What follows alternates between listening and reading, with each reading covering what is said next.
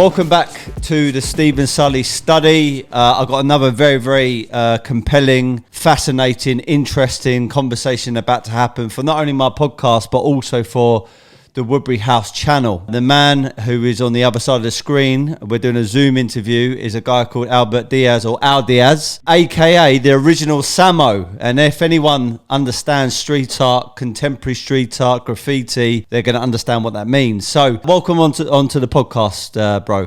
Thank you for having me. No problem whatsoever. So first and foremost, you're in New York, yeah? Yeah, I was born and bred here in New York. I lived here most of my life. Nice. I'm currently living in Brooklyn. Okay. All right. Cool. One of the five boroughs. Yeah. I wasn't going to start the conversation like this, but just because it's current, this whole thing with coronavirus and lockdowns. I mean, me and my business partner, we're so keen to get over to New York, especially to film some content, to go and look at the old stomping grounds of, yourself, Basquiat, Haring, Hambleton, etc. But obviously, the restrictions are preventing us getting over there. So what's it like for you at the moment in coronavirus and this lockdown? Well, I haven't, there's some things that are like the art openings, etc. Social gatherings have been affected very, there's a major difference in social events, eating out, etc. But for the last year and prior to Corona, I've been super busy. I go to my studio a lot. I go out. I take the train. I take the bus. So far I've been pretty good with, my health has been fine. I have known people who've gotten sick, but there's some restrictions, but I haven't been isolating, like holed up in a bunker somewhere, afraid to go outside, because I basically refuse to live in fear. And there seems to be a lot of that. So I think some people are overly cautious. There's no reason to be cavalier about it, because I do know people. I know Nick 707, one of our brothers here in New York City, a graffiti artist. He died apparently from COVID. Yeah. Early on, like very early on, like maybe March of last year. But I haven't let it put me in a state of fear where I refuse to go out or any of that. I've been very busy, and one of the things that early on that was kind of a problem was getting art supplies. I went through everything and had to wait for a while to pick up canvas and stuff like that. But the worst in terms of quarantine, the worst of it, from what I see, is over. Yeah. There's plenty of people out on the street. It's not full lockdown here. Yeah. Just on that note, I share the same kind of sentiment and view as you, Al, which is, look, I know it's a real thing. We all know that coronavirus is a real thing. We all know that cancer is a real thing. We all know that multiple different diseases and viruses are real things, but you shouldn't live in fear because of it. You should, obviously keep yourself fit. Keep yourself fit and healthy. Exactly. And go about your day, but don't be stupid. And I think sometimes some of the measures put in place by governments, and it's easy for me to say because I'm not a government, but I think it's been over the top. They've been decimating the economies and businesses, and it doesn't really make a lot of sense. But that's just my view. No, there's definitely a lot of that's happened, and small businesses. So it's, even if you're, there's a lot of conspiracy theories, but at this, when things so extreme happen like this, it's easy to believe a lot of that there's more to the story than meets the eye. Yeah. So there's a lot of suspicion, and I think you might be asleep if you don't have some suspicions about a bigger reason for all of this. Yeah. And then there's a lot of oppression that there's opportunity for oppression to come into, it's like mandated, limitations on your freedom. So Yeah. there is that, and it's a real thing. Yeah. It's a real thing. Yeah. Well, look, I mean, just to round off this part and really go into your backstory, like you said, and it's quite clear to see that there is other things happening in and around this whole coronavirus situation, and I think the reality is a lot of people are in comfort zones, and it's far easier for them to go along with the flow, think like everybody else, and it takes certain other people to think a certain different way, which is, I would say, a bit more of a, in tune with the reality of it all. I'm not just going to accept what people tell me because they're telling me. I'm going to research it. I'm going to cross-reference it, and I'm going to get data to back up what people are saying or what they might not be saying, and then come to my own conclusion. And I think in a day of the internet, I think it's easier to do more than ever. Yeah, it is, and I think we also have to be careful with misinformation. Definitely, there's plenty of that. Yeah. But I think, I grew up in the '60s and the '70s, and you basically as a working class person, you grow up with the philosophy of question authority. It's just, especially during that period. That's just the way that was. That was a general, worldview from our generation, and unless you were, one of the born into the fortunate ruling class, that's the way we saw things. Yeah, yeah. Well, look, I mean, even as you're talking, and I've watched a few of your YouTube videos, etc. And one thing I especially with you, but everybody that's came from the same kind of culture and background, you guys, or the graffiti artists or the street artists, you're tough people, like emotionally, mentally, and sometimes physically as well. I think that's partly because of the profession you went down, but also the background. I know that New York, doing my research, was quite a tough place back in the 70s, at least, 80s. A lot of crime, drugs, there was gangs, there was shootings, and it must have, shaped your kind of personalities. And what I like about you when you talk is you kind of don't pull your punches. You're kind of a black or white type of person. You're very transparent, and you're quite a kind of, how can I say, authentic. Going back to, when you were growing up, Al, 60s, 70s, 80s, what was it like back then? Well, I mean, in the '60s, I was a kid, right?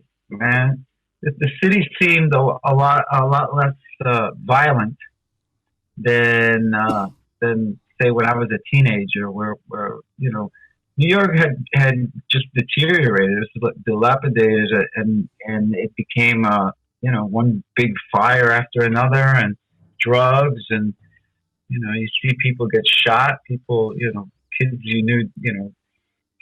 get maimed, and I mean, there was a lot of violence. Every day there was violence. It was something that you just you kind of, which is kind of perverse, but you accept it. It's like part of your environment. Yeah. And you hear about people getting thrown off rooftops, and just or kids even playing. Kids are like jumping from one elevator in the projects. You have two elevators, one passing each other. There was a sport of jumping from one elevator to the other. So some people would get like caught between the two and like torn in half.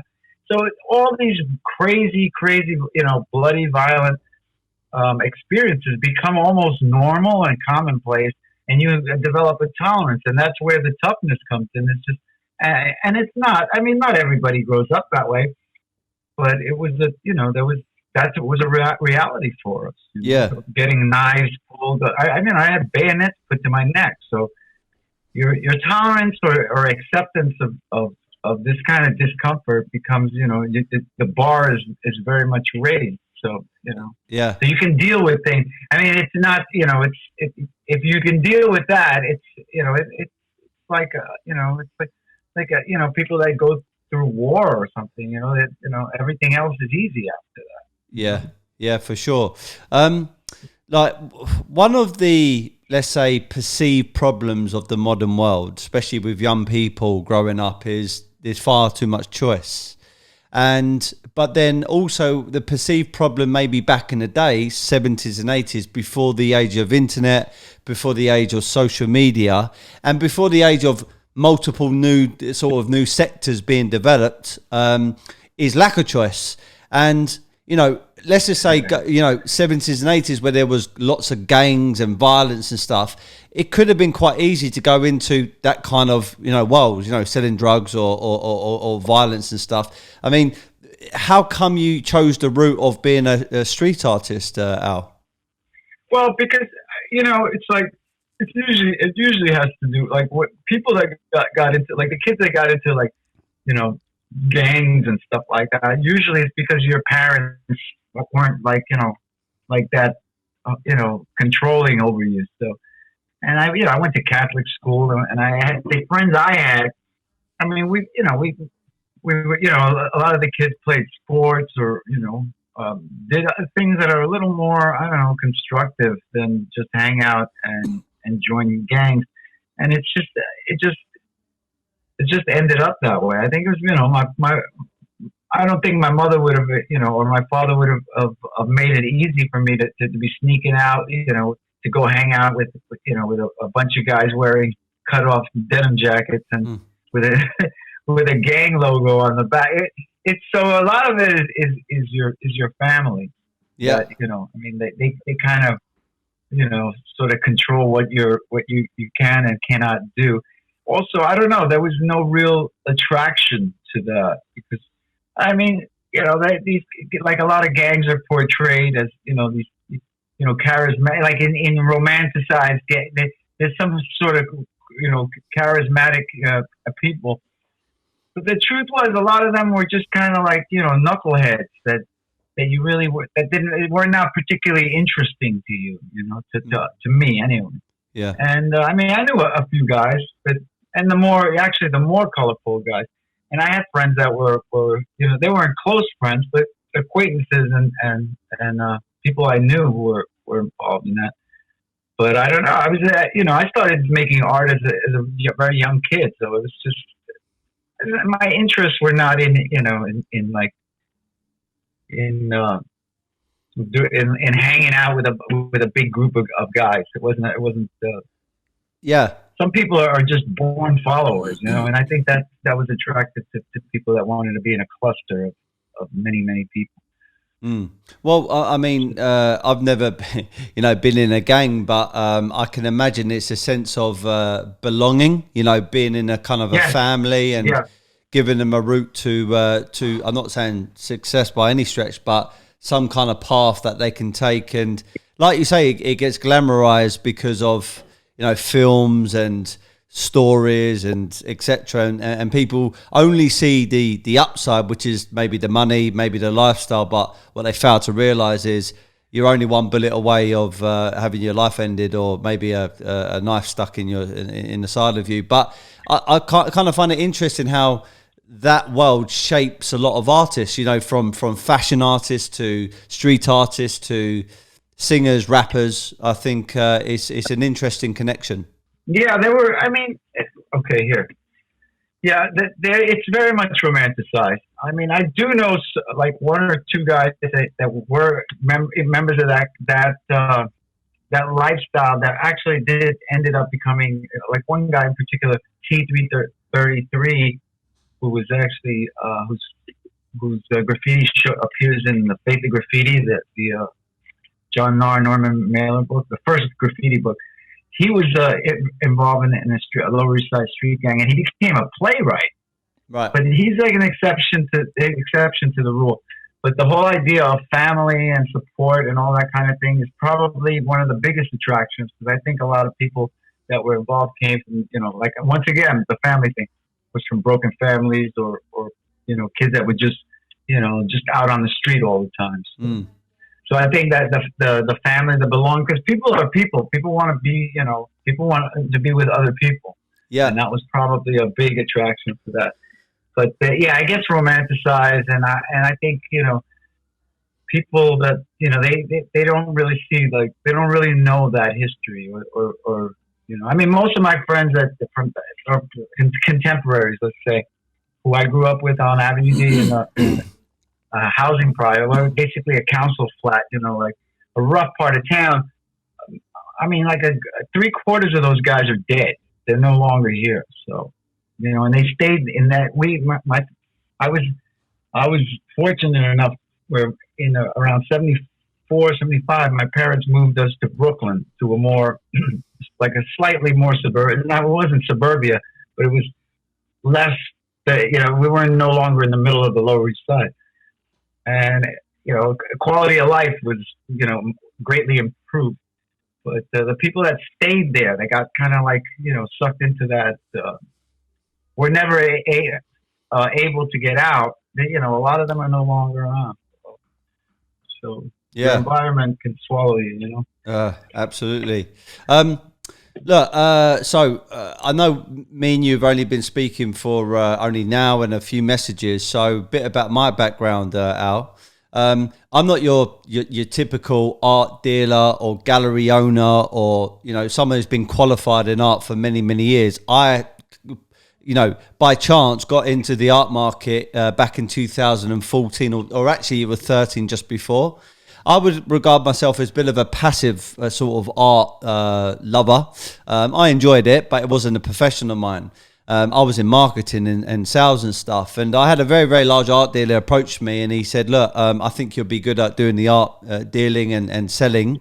I think you've got the personality for it. And he introduced me to Richard Hamilton's market. And I watched the Shadow Man documentary trailer, because it wasn't out at that point, and I fell in love with the story. And for me, bearing in mind I'm not coming from the art world, when I saw Haring, Basquiat, and obviously they died and the market went through the roof. Number one, I like their style of work anyway, but number two, from a financial point of view, I thought, whoa, like, obviously there's this third guy, which is Hamilton. I like his stuff. I think he's very, very cool.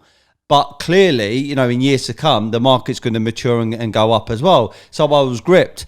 And what I found myself is going down this rabbit hole of street art, contemporary street art, graffiti. And then I started realizing there's other affiliates. And then your name kept on coming up. So I can see from all the research I've done that, you were, I don't even know what the right word is, but maybe partners with Jean Michel Basquiat. And I've partners is accurate. Partners is accurate. I've learned from your video that you guys met each other at college. Is that right? Well, yeah, high school, but I guess you guys refer to it as college. Yeah, but it was my second high school. I had prior to that been enrolled in, and I spent 3 years at a vocational school, the High School of Art and Design, which was a famous graffiti artist school. So when I went there, I was already a graffiti artist when I went there, which from 8th to 9th grade. I was very young. And I was, that kind of enhanced my involvement in the culture, being in that environment. And to the point where by the third year of me being there, I was no longer much of a student, because I was truant most of the time, going just writing graffiti. I spent most of my energy doing that. And so by the time that I got to City as a school, which is where I met Basquiat, I was already established, New York City graffiti artist for at least 5 or 6 years already. So. Yeah.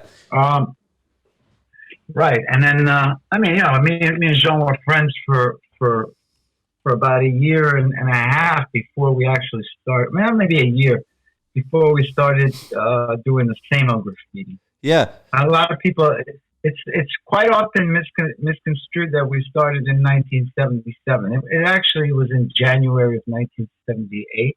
Okay. And basically ended in December of 78.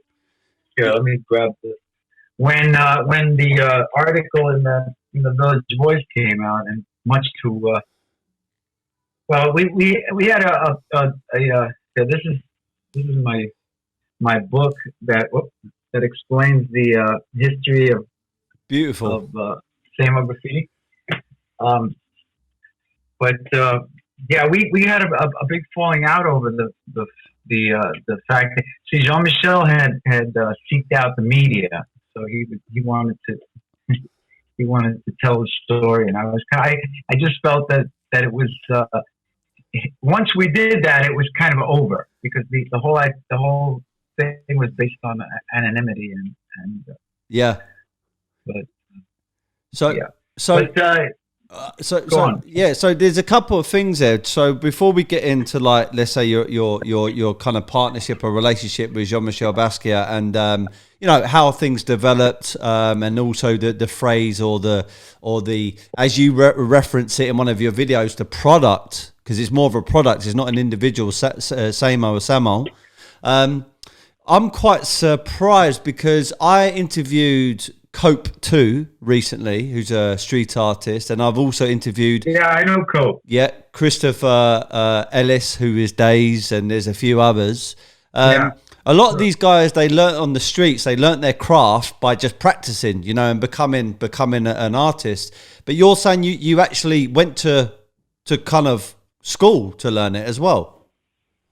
well, it wasn't to learn graffiti. It was, I mean, you know, it was a commercial art school. High school art design was for illustration, for photography, or, you know, to learn commercial studio art skills. Right. So, you know, I mean, it just happened to be attractive to guys who were doing graffiti, because most of us had some sort of artistic, a lot of us, not most of us, had some sort of artistic talent, and that school seemed to attract us.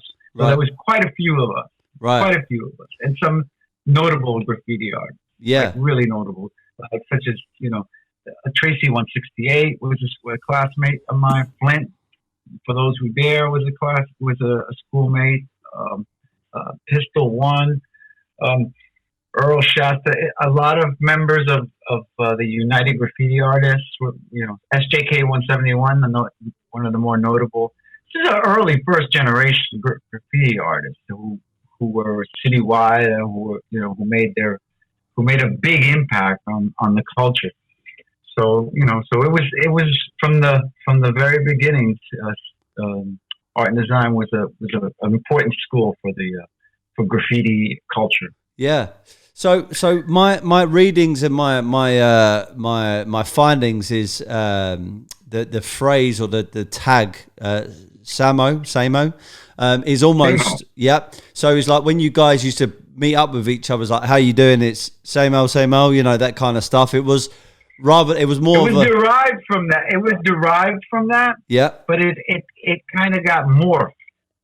So it didn't actually, see, people say it means. It doesn't mean anything. It's just the name of the product. Right. But it's derived from that word. Makes sense. But it's not like this is a secret code language meaning.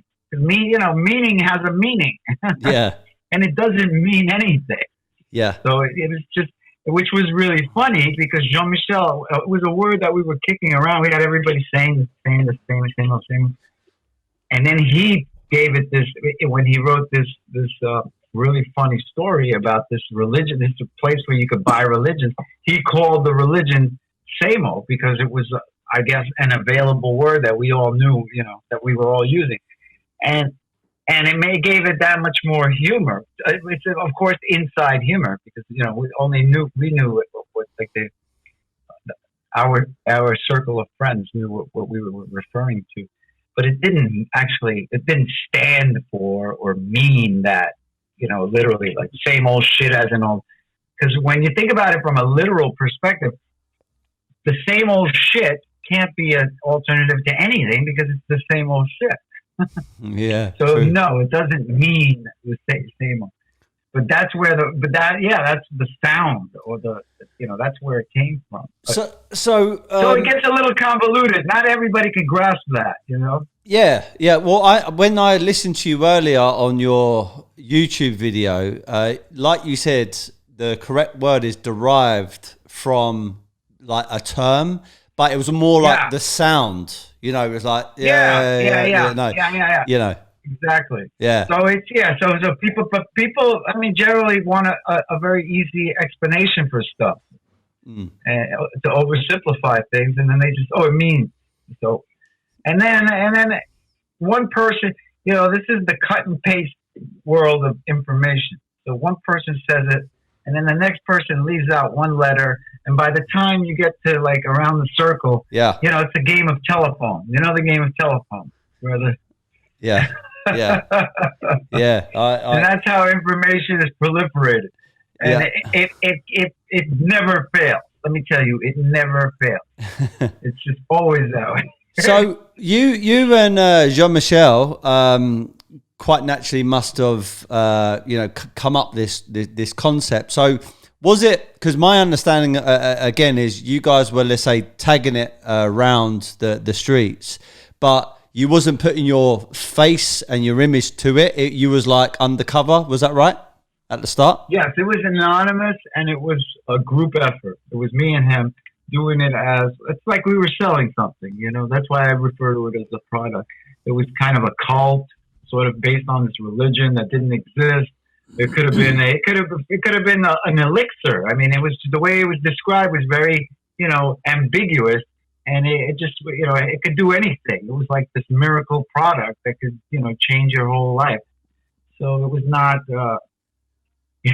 What was the goal though, Al? From the back end of it, the goal was purely entertainment, and it was, I guess I didn't really know this at that time, but it was we were experimenting with hype. We were saying, let's see if we could take something that doesn't exist and make it seem like it's a real thing, yeah, and have people and get people's attention. And we actually did that because we started in January of 1978, and by December of 1978, we had appeared in the Village Voice, which was a local newspaper, art community newspaper, art and music community newspaper in Lower Manhattan. Yeah, I mean, we had distribution throughout New York City, but the point is that we, took this thing that from our imagination, and within a year we had, made an impact. Yeah. So it was successful I mean, we were basically like advertising men, creating hype. Yeah. And that was it was pretty, I mean, considering he was, by the end of the year, Jean Michel was 17 and I was 19. So there's something to be said that two kids could do something like that.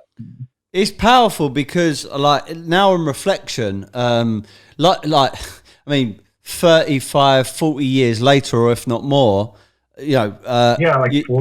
Like I'm 35 years of age. I'm here in London in Soho. I'm interviewing you over Zoom, and you're in America, and we're still fucking talking about the same thing, what happened back then. And what I find so cool about it is so many people were guessing about what it meant, who had it first, you or him, what actually happened there. And I find it really, really interesting. So the goal was entertainment and to get it out there. So my findings again is he went off and kind of claimed he was Samo. Almost, and done 3 shows. Like I mentioned, I was very, I was kind of like disappointed that. Plus we at that point, we were 2 kids that we both had big egos, right? And we were living it. We were kind of like having the time of our lives at that point, and then there was a lot of friction between those 2 egos. And he went in one direction. He wanted to be famous from an early age. And I really wasn't motivated by that. I wanted to do stuff, but it wasn't like, first on the list was not fame. That was not, that has never been a motivator for me because it's just not enough, And would you say that's what he wanted? He wanted to be famous and recognized? Jean Michel wanted to be taken seriously, and he wanted wanted approval. And he wanted to be famous. Most anybody that knew Jean, well, will tell you that yes, he wanted to be famous. He didn't just want to be an artist; he wanted to be a famous artist. It's like there's a very distinct difference there. I said somebody like Warhol, or on the lines of this kind of a pop figure that verges on rock star. And he did that, and he went out and he put everything in place to make that happen. He was an extremely sharp character. He was very smart. And so what he did was, when we had that falling out, he, the first opportunity he got, which was at that party, with Michael Holman, was to come out and say, I'm Samo, because it had local fame. It wasn't an internationally known phenomenon. It was, the local downtown scene, and everybody was like, oh, you're Samo. So that's where that misinformation or distortion of the history begins. Mm. And that's actually what motivated me to write, to publish a book explaining that. And I mean, later on, he would actually apologize to me for that. Say, "Oh, I'm sorry, I with the same." And the whole Samo is dead. There's a piece that I photographed, that a show that me and some friends contributed work for, called Our Friend Jean, which was just unauthenticated works that were gifted to friends, that was shown at the Bishop Gallery in Brooklyn, in Bed-Stuy, Brooklyn. And one of the pieces, which belongs to Alexis Adler, who's well known for her photographs of the 12th Street collection of Jean Michel, it says half Samo. It says half Samo, And so Jean Michel, he did feel some guilt about that whole thing. I know he did. And then he dropped it. Samo is dead. Yeah, I saw that. Another story that gets blown up. They say it was all over the city. He probably wrote it 12 times, and it was photographed. So it becomes this like, oh, it was everywhere. Samo was dead. It's like, that's how, like, once again, that's how history is reported. One thing becomes this huge thing that, if you weren't there, if you didn't witness it, you're gonna, of course, believe whatever you read about it. So, Al, was you like super tight with him back at school, and obviously when you're working together? He was like my younger brother, Yeah. He was. I mean, we were really close. We were like, we were like friends that finished each other's sentences for about 3 years. We were really, really tight, and we did a lot of stuff together, Yeah. And then it just, when that kind of energy, kind of burns. It's like, it burns out, Mm. It was very intense, and then later on, we had this kind of strained friendship after, like, by 83, Jean Michel had, like 82 was a huge year for him. So by 83, he was successful. He was, he had the loft on Crosby Street, 103, I think it was 103 Crosby. And then I started hanging out. We started, he called me up to do the beat bop record, because he knew that I was playing around I had turned my interest to playing percussion, like musical percussion. Right. I was playing with a few pretty successful bands in the downtown music scene at that time, and he knew it. He knew I was out there doing my thing. So he contacted me and asked me to play on the record, which was really kind of like, big of him to do that, because he was reaching out to me. And Jean Michel was not always the most. He kind of held back some of his like warmth. He could be kind of cold, and this was a big thing for him to do that. So of course I was flattered, and I showed up, and we started doing some stuff together after that. And it was for about, I don't know, for a few months, I was going around Crosby Street and hanging out for it. But our relationship was so strained at that point. It wasn't the same friendship that we had as when we were teenagers. Yeah. Did you ever carry on with the Samo, tag? Or yeah, I in 2016 I brought it back, because at that point it was just like, first of all, I was doing text work again. I was doing text art, message art, and then we had just somehow ended up with Donald Trump as the president, and I wanted to write stuff, but I didn't want to have to do like a constrained alphabet thing.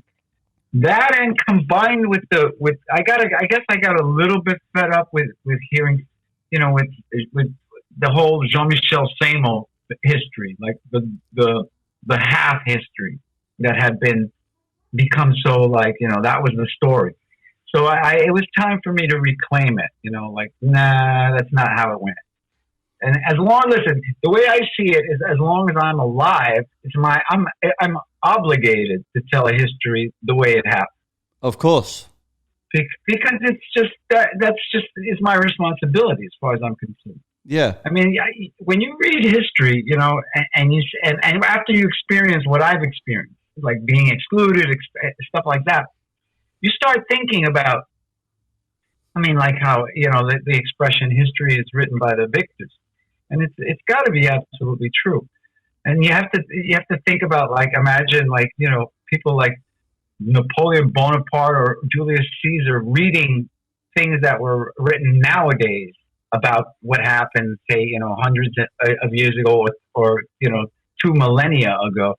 And they would say, this is complete horseshit. This never happened. Yeah. Because that's the way history is reported. So it was my responsibility to claim what was, rightfully mine. Yeah. Remember that Jean Michel was never a graffiti artist before I introduced him to graffiti culture. He just wasn't. I mean, he even in the interview he did with Mark Miller in 1983, he clearly states that it was both. I mean, in several interviews, he says it was me and Al-Diaz. But in this particular interview, he says, I wasn't a regular graffiti artist like those guys. I wasn't part of that community. He clearly states that he didn't feel like he was identified as part of that culture, which I was raised basically in that culture. I spent, by the time I was 15, I spent 5 years. No. By the time I was 17, I spent 5 years there. It was that's a huge chunk of your life. Yeah. It's a third of your life when you're young, and so it was my identity. I mean, we had a style, we had a language, it was a clique, a group, a lifestyle. Yeah. And he wasn't a member of that, and I'm not trying to take anything away from Jean Michel. Jean Michel was brilliant, but he wasn't a graffiti guy. What would you say he was a skater or something, Yeah, that's what I was going to ask. So, what do you think he was known for then? Was he more like a cult? I don't know. Was he a different type of artist? He wasn't graffiti, but what would you say he was? He was a painter. He was a neo-expressionist painter, the way he's been described. I think and he didn't even like the whole expressionist thing. He in the same interview, he says, "Yeah, that happened a long time ago, didn't it?" About expressionism. But he didn't want to be pigeonholed. Jean Michel was super clever. Someone, Mark Miller, who I happen to know, asks him, "Would you consider yourself a black painter?" And he goes, "I use all kinds of colors." Smart answer. Yeah. So do you know? So he died, premature. Yeah, I think it was 28 years of age. 27. Yeah. 27. No, he just prior to his 28th birthday. He's part of that whole club. So, club. Al, I know, your relationship wasn't as tight as it was. I'm not saying it went sour, but how did that make you feel that when he passed away so young? I mean, I felt, it was in a sense, it was because we knew, most of us knew that Jean wasn't living well, and I wasn't living all that great either. But he was, he had become isolated, and he was. I would hear like things like, "Oh, I saw Jean. He was on a bicycle wearing his pajamas, like down on 3rd Street. I guess he was looking for heroin, but." Which was new because he usually had his drugs delivered. Jean wasn't doing the whole street thing, but he'd hear these stories and it was like, it was heartbreaking. And then when I remember I got the news from Marianne Montfort and she told me that he had died that morning, it was really pretty depressing. It was sad, it was. Yeah. It was, I mean. Did you go to his funeral or anything? I didn't. I didn't. I was on my way out to Costa Rica when he died, and it just I didn't. I wasn't invited or anything like that. Yeah. Although my name was included in the obituary, in the New York Times obituary, which is kind of cool. Mm. But no, I wasn't. They're look, I'm doing my homework as well. I know you've been in and amongst with the greats, and you've mentioned a few key names there. I saw references to Ramal Z, who I'm a big fan of his artwork. What about Keith Haring? And also, what about the guy that you mentioned who's behind me? He's painting his artwork, Richard Hambleton, because our 95% of our efforts over the last 7 years, just because we're not from the art market, we like to focus on one thing really, has been on Richard Hambleton. So, like, how were these guys, Hambleton, Keith Haring, Ramal Z? What were they like? I mean, Keith I knew from Club 57 because I used to frequent Club 57. I used to, we'd do events. I'd be in art shows there. I'd do like performances there, music, mostly music stuff. I was friends with the people there. And remember, the East Village art community was kind of it's insular. There's not that many people that you don't know most of the people. But, so you end up being, if not, you're not necessarily close friends, but you know everybody. Yeah. So Keith, I used to talk and hang out with he invited us to to one of his birthday parties at the garage. My ex-wife still has the invitation. He had sent out these napkins, these handkerchiefs, really nice. But he was always a total gentleman. I think Keith got pissed at me one time because he at his first show at the West Bath is a artist housing on the west side of Manhattan.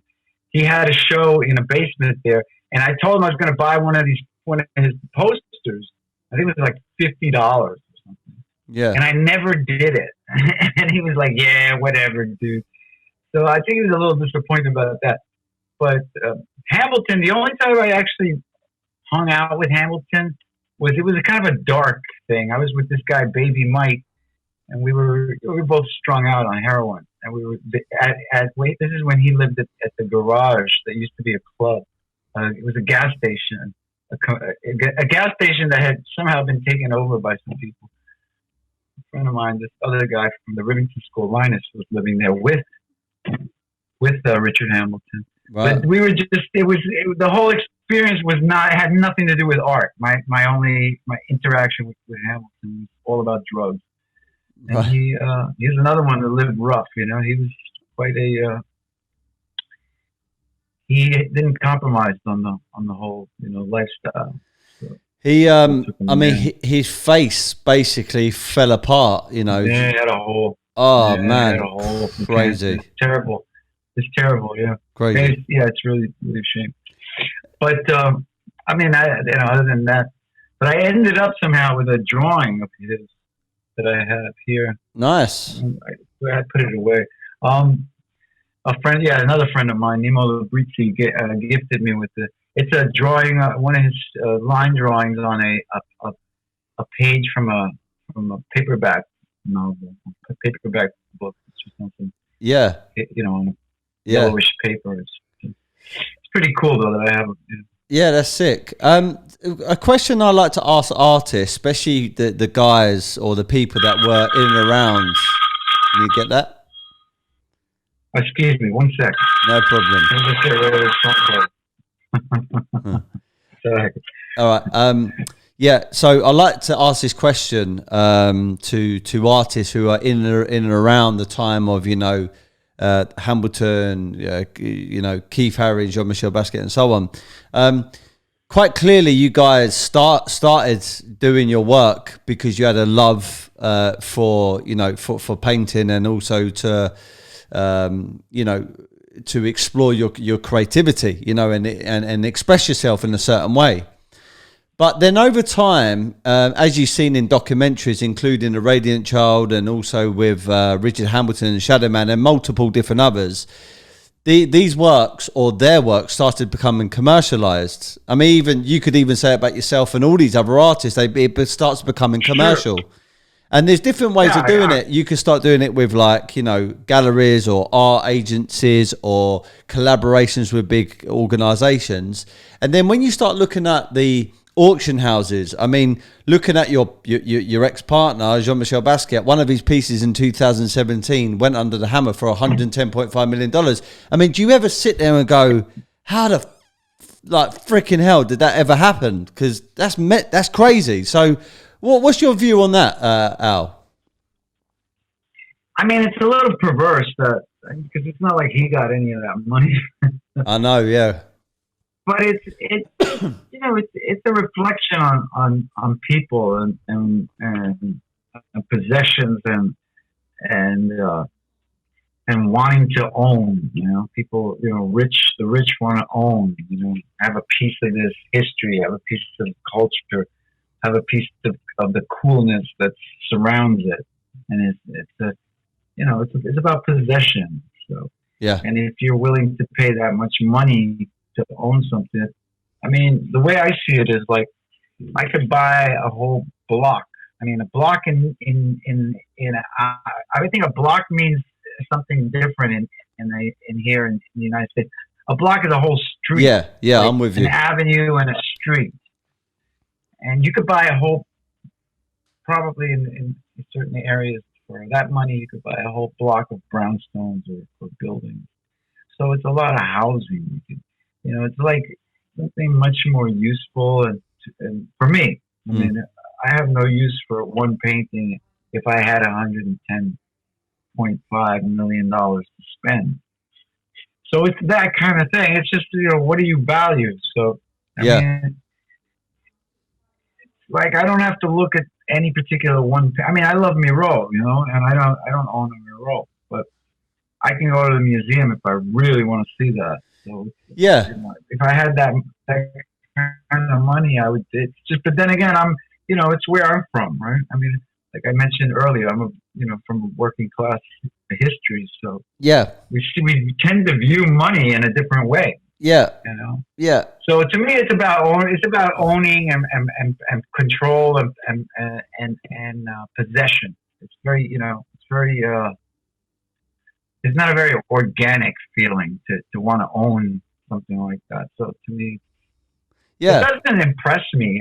It's like, it doesn't. That's great. So you have all that money that you could have done something much more productive with, but instead you cause this bidding war that raises the price of the value of something. I'm sure that the estates and stuff like that love that sort of thing because everybody profits in that sense from it. Yeah. I mean, look, I've always sort of said the same kind of thing in regards to like these, when pieces go for millions and millions and millions of dollars or pounds, it's just a crazy amount of money. It's surely going to the individual or individuals or corporation that essentially wants to have the bragging rights, who wants to turn around to someone else and say, hey, yeah, I've got a £10 million painting on the wall. It is, bragging rights. Yeah, absolutely. It's the bragging rights. Doubt. There's definitely no. It's like it's like down the road here, right? We're working out of Soho, which is a cool area, very vibrant, and there's all kind of mix of different people here. But not too far away, you got Mayfair, and if you're a rich business person or someone that is very affluent, you want to buy in the heart of Mayfair, not because the house is maybe nice, it's just because you've got the bragging rights to say, hey, I've got this trophy property, which is in the heart of Mayfair. Right. And I guess it's the same like collecting Andy Warhol's, Liechtenstein, Banksy's, that kind of stuff. But like for me, I'm in this sector with Hambleton and a few others, and I'm seeing now, ever since he's died, that more and more demand is coming onto his works. And what a lot of collectors have said to me, who didn't buy Jean Michel Basquiat and who didn't buy Keith Haring, they said they missed out on Jean Michel Basquiat to make profit, and now it's well out of their league. They can't afford it. They've also missed out on Keith Haring, and where they've made a connection to Hambleton, now they're buying it as an investment. How do you feel about that? The investment side of it. Well, So I mean, there's nothing wrong with investing. I think investing is smart. I mean, it's better than having a cache of money, sitting under your mattress or something. Well, look at coronavirus. It's but, decimated all the investment vehicles, property, stocks and shares, bank-based investments. They're dropping because of things like this. And actually, the art market is thriving because of it. Yes, I know. Yes, I know that. Which is good. Which is a good thing. Really good. I happen to like Richard Hamilton's paintings. You know, I do. And if I were to own to own a major piece, it would be because I like them. Like I mean, like the stuff that was at Beyond the Streets, the Cowboys, those things are beautiful. They really are. I mean, that's like an action painting. You know, he can really draw. His sense of composition and it's just really excellent. He's a good artist. So, but I mean, the fact that they've come up in value is great too. Yeah. But purely as an investment, I mean, it's just not, you know, first of all, I don't have that kind of money. Second of all, I don't, you know, art to me is, as an artist, you kind of look at it a little bit differently. I would, sure. You know, I wouldn't want to own something that I don't actually like just because it's worth something. Yeah. Because I have to look at it. Sure. You know? Sure. I mean, we have a lot of clients who do just park up pieces in bonded facilities. They forget about it for 2, 3, 4, 5 years. And then they contact us again later and say, hey, look, I'm ready to sell it. And they double, if not triple their money. And it's been quite good for them. But I'm with you. You know, if I'm going to invest into a piece of artwork, because I've spread out now from, you know, I've got a few retinas and couple of Futura tags and etc. You know, I want to appreciate the work and I also want to like it, but I also want to have a view that in 5 years time or 10 years time, not that I want to sell or need to sell, but I would like to think it's going to go up in value. And part of the reason why I wanted to reach out to you as well, Al, is because number one, I think you're a really cool guy. I like your background. I really do like your work, but from a logical thinker, you know, you're connected with the greats. And eventually in 5 or 10, 15, 20 years from now, you know, more and more people are going to recognize that you are one of the greats and therefore the market is certainly going to boom. That's my take on it. And there's a few other artists like that as well. So, yeah, I just wanted to see what your thoughts were and your views were on maybe your own market, how it's going to develop over the next 5 or 10 years and that kind of thing. Well, you know, I've been trying to up my game in terms of like the work I'm doing, making it more accessible, making it more archivable, and just, you know, just upping my materials, etc., because I'd like to be able to be collected on that level at some point, and I, you know, it's funny because it's kind of in the last 10 years or so, I started, you know, focusing more on making art. I mean, I worked as a carpenter for 30 some odd years, and I had, you know, substance issues, so I was, you know, in and out of life really. And then about almost 11 years ago, I got my life together. I stopped drinking and drugging, etc., and I was focusing on art, and it's been a gradual process. So at this point, it's, you know, but I'm at a point where now I'm taking myself a little more seriously. So yeah. So it's, you know, yes, I am consciously working towards a more, you know, a better product all the time. I have a show coming up in April at Howl Arts, which is a prestigious organization here in New York. It's sort of dedicated to conserving and preserving and showcasing artists from my generation, from the New York, you know, East Village art scene, and it's a very cool, you know, organization. Arturo Vega set it up. The guy who did all the Ramones art and art, the art and covers, the album covers, etc. But I'm very psyched about it, and this show is going to be I have some work there. Different sculptures, large sculptures and paintings and some tiles that I've done. So it's a real cross section, a really nice variety of work. And I'm trying to do it present it in a very, you know, finished kind of way. Yeah. So, you know, with each show, I try to elevate the presentation. Yeah. Yeah. So because because it's really important, and it's a conscious thing. It's not Yeah. What But it is because I have seen what we're talking about. I've seen people who I knew, people who were friends of mine, and most of them were no longer alive. See their work, quadruple or whatever in value. Much, it's just like gone up and up and up and up. But forget about Jean Michel. He's gone like a thousandfold. Yeah. What he would sell for 20,000 is so.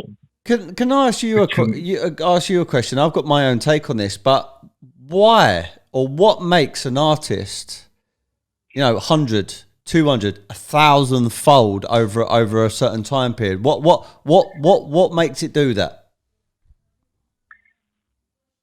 I think it's the in modern time. I think it's first of all, when it comes to someone who is deceased, he's not making any anymore, and I think that it's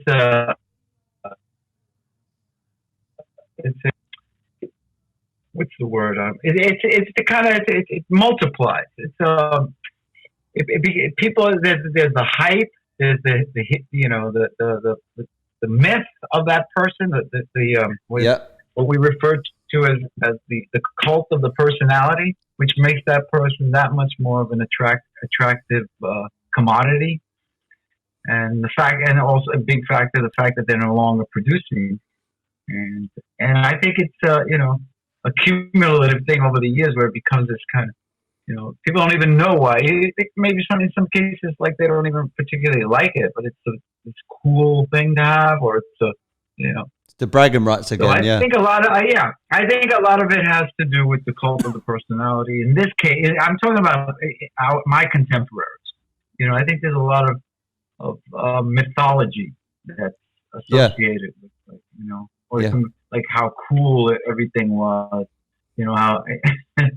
Yeah. It's funny. I got one time somebody wrote me this message or whatever, like a DM or something. They were, wow, man, it must have been really cool to hang out with Andy Warhol. And I'm like, dude, you got me confused with Jean Michel. I was not friends with Andy Warhol. I met him one time, and that was because Jean Michel introduced me to him. Mm-hmm. And I was, it's not like I was seeking the company of Andy Warhol.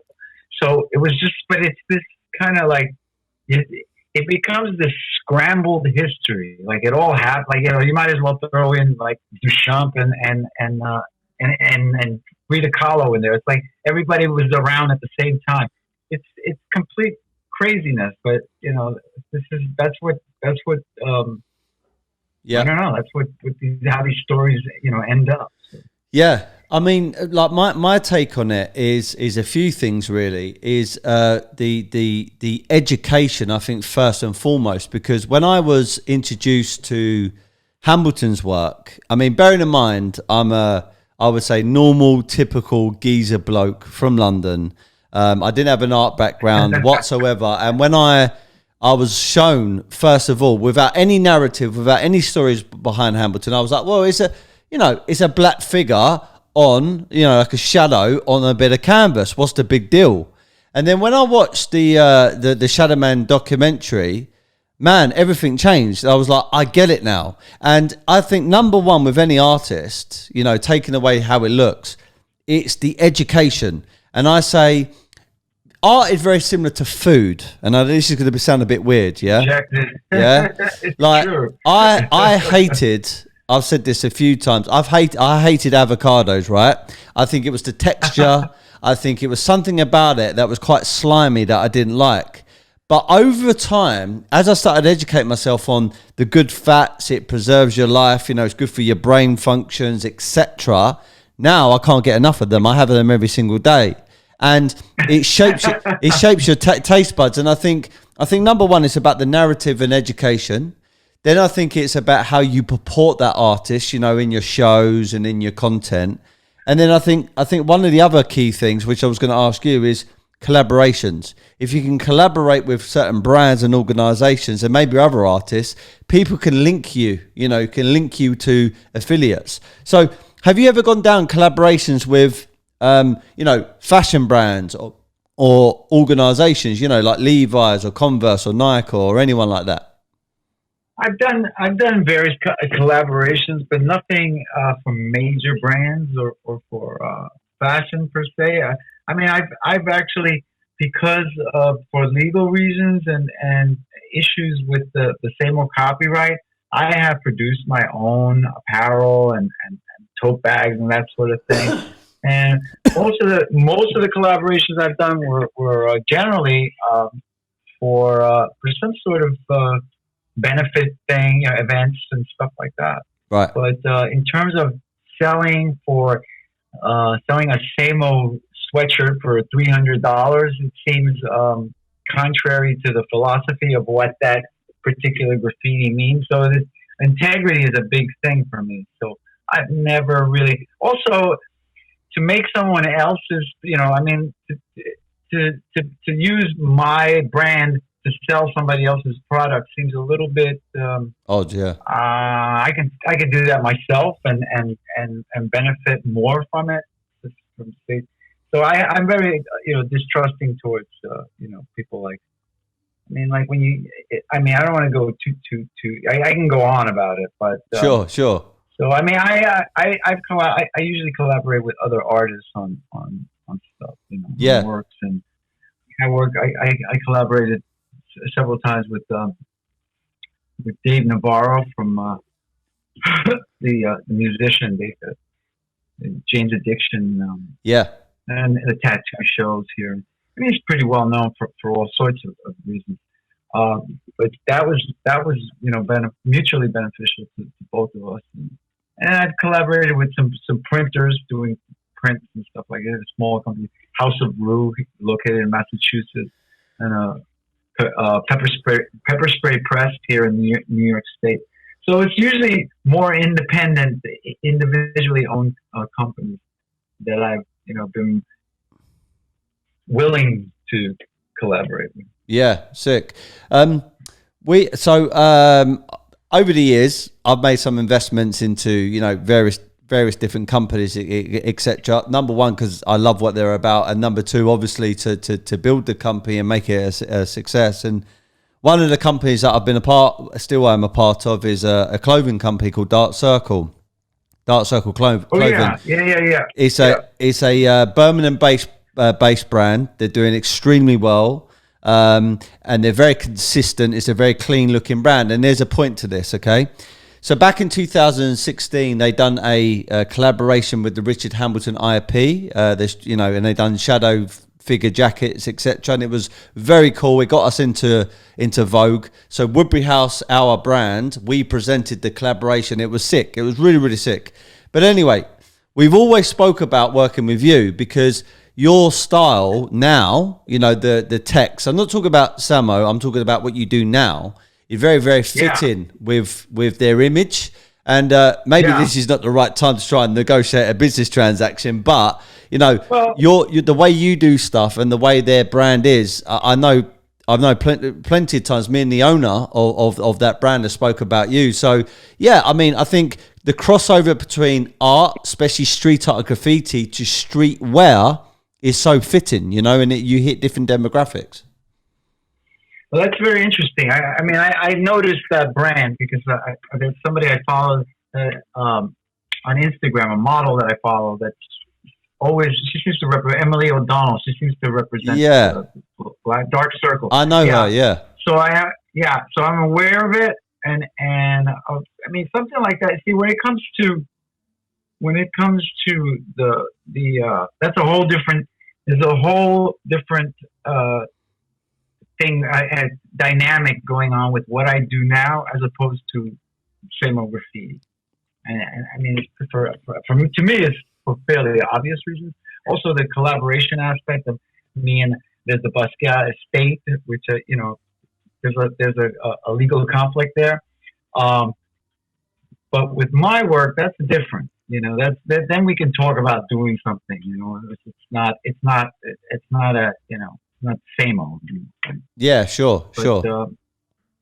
But we should talk about that. Yeah. Yeah, 100%. Well, look, Woodbury House, we've got like 3 basically different divisions. We've got 95% of our, or let's say, 80 to 90% is our advisory kind of service where we, build people's portfolios and we buy and sell with them. But then we also have the new retail arm, which is basically e-commerce, and it allows, because what we've noticed as well, Al, which you've probably noticed as well, is there are people that really want to be a part of the street art culture and invest or buy or collect street artists' work, but they can't afford it, So what the other entry point is the collectibles or the merchandise, and we've opened up the e-commerce shop, the online store, to help people come into that market at a much more cost-effective rate. So I see, there's a crossover with you. You've got your original works that we can potentially offer our collectors, but then also, the younger demographic who want to be a part of the world but just can't afford it yet. So they can come in with the t-shirts or the whatever it may be, whatever the concept is. And then the last part of our company is the private investment arm, which is we invest ourselves personally a certain amount of our profits every single year into works by artists. So there's definitely some scope to have a conversation about that in the future, definitely. Absolutely. Yeah. Before we get off, I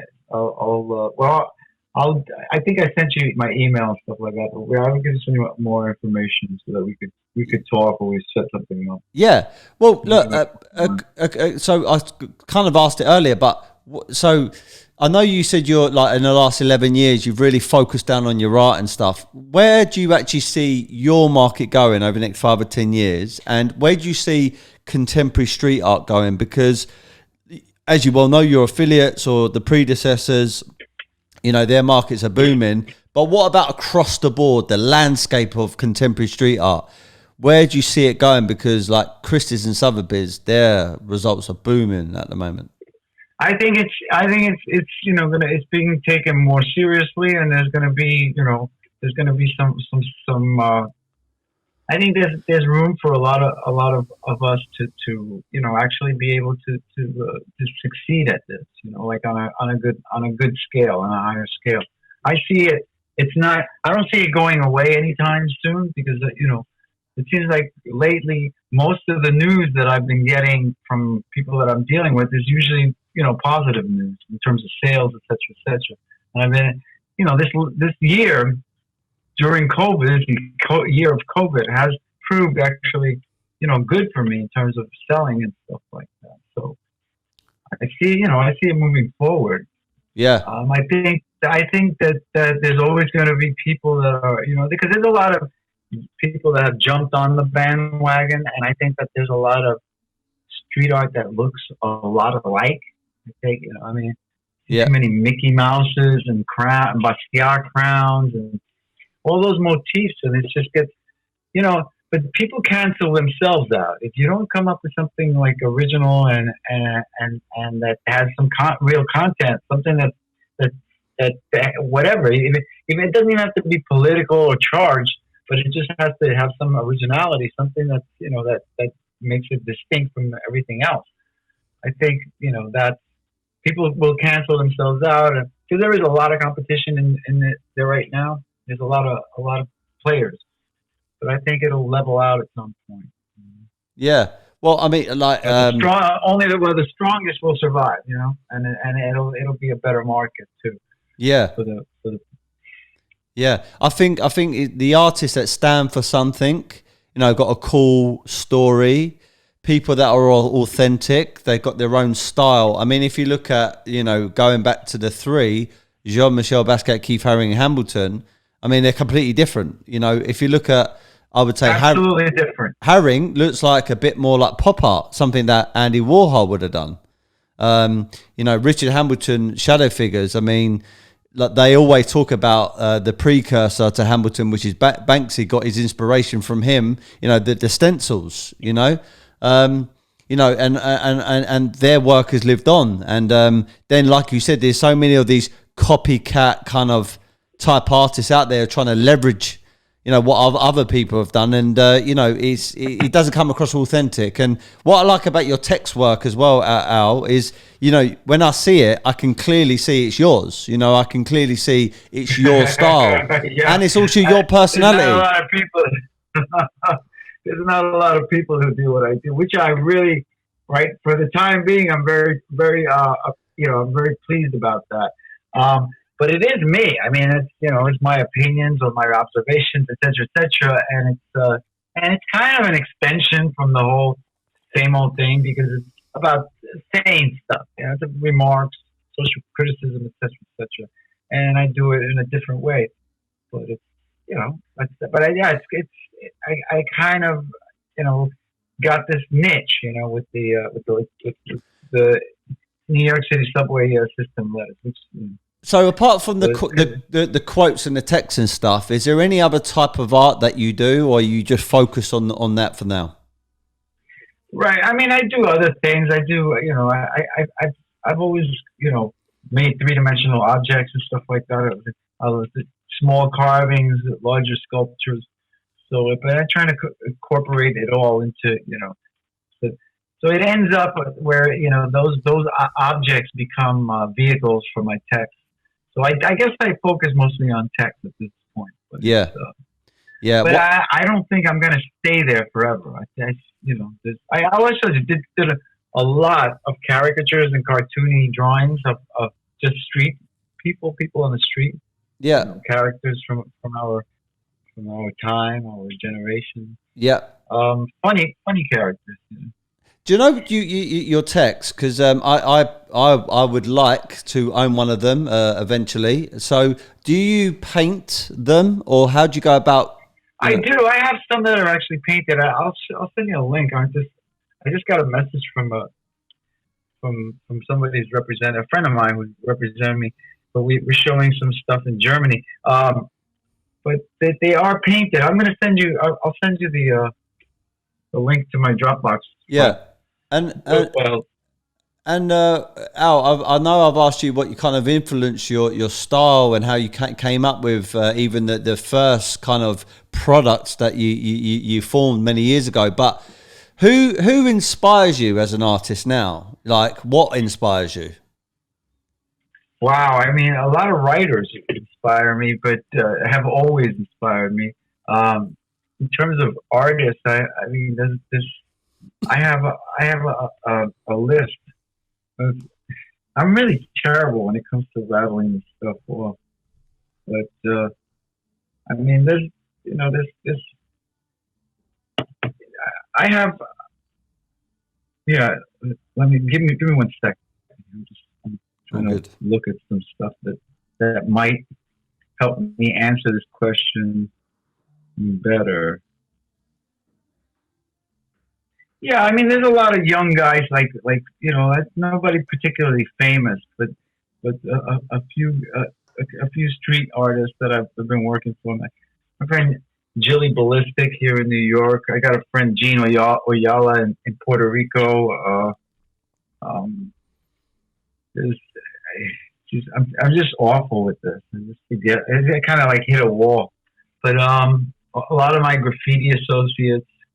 And then of course there's famous the bigger artists, Hamble people, all these guys. I derive some sort of inspiration for succeeding from the people I was contemporaries with. Yeah, of course Jean Michel. And then I like abstract expressionism. I like I don't know. I'm a big Pollock fan. I like. I love Miro. I love. Yeah. I don't know. I mean, I want to. Yeah. Let's just keep. Let's just move from here. I just want to drop a million names here already. No problem. Well, look, Al. Look, I know you must be a very busy man, and I know you've probably got a few things to do today. So, a couple more things. Where can people find you if they want to follow your work? Okay, my Instagram is lowercase Albert _Diaz1. That's my Instagram handle. Okay. Or and on my website, which is presently under repair is al-diaz.com. Okay. I'm trying to fix it up right now. I'm trying to add a shop to it, and it's a mess. You know what's happened is maintaining a website has become like less like a second priority with the whole Instagrams and stuff. And unless I'm not particularly tech savvy. Yeah. I need assistance with all this stuff. But my Instagram and that's really that's the easiest probably. Yeah, cool. That's the one that most people use these days anyway. If you're in New York in the next few months, I'm having a big show at How Arts, and it's in the East Village on East First Street. It's March 23rd. It's going to run through April. I'm sorry, April 23rd. It's going to run through May and probably end in early June. Cool. But that should be a big show. Okay. Well, me and my business partner, Joseph, we said that the moment we're allowed to jump on a flight to New York, we're going to do it. And I'm definitely going to come and hopefully check your show. And let's talk about doing something together, man, because, Absolutely. I'm going to send you an email with my phone number or I'll DM you so that we could set something up or whatever. Yeah, cool. Yeah, man. Yeah, definitely. So the last thing I want to ask you here, Al, this is more something that it's my kind of catchphrase, my kind of quote that I came up with when I first got into sales many years ago, which is, it goes like this. It goes, be happy, never content. So if I were to ask you, Al-Diaz, be happy, never content, what does that mean to you? Well, strive for something even better. I mean, never content. If you're content, it seems like you've reached that. That's the point where you're going to stay at. So that's what I get it from an immediate. Yeah, man. Be happy, yeah, but don't just do not get lazy in your comfort zone. Yeah. Look, watch this space, everybody, because no doubt we're going to be working with Al-Diaz in the future. He very much is one of the OGs from the street art graffiti scene. And listen, I've got very, very high hopes for the next few months, the next few years of your market. You really are an incredible artist. Look out for this on the YouTube, on my YouTube, on Woodbury House's YouTube. And once again, Al-Diaz, thank you for your time, brother. It's been an absolute honor and a privilege. Thank you, Stephen. It was definitely a pleasure talking to you this morning, and we're going to be in touch. All right? Yeah, wicked, mate. Thank you for reaching out to me, bro. No problem. Be happy, never content. Take care. Thank you. Bye.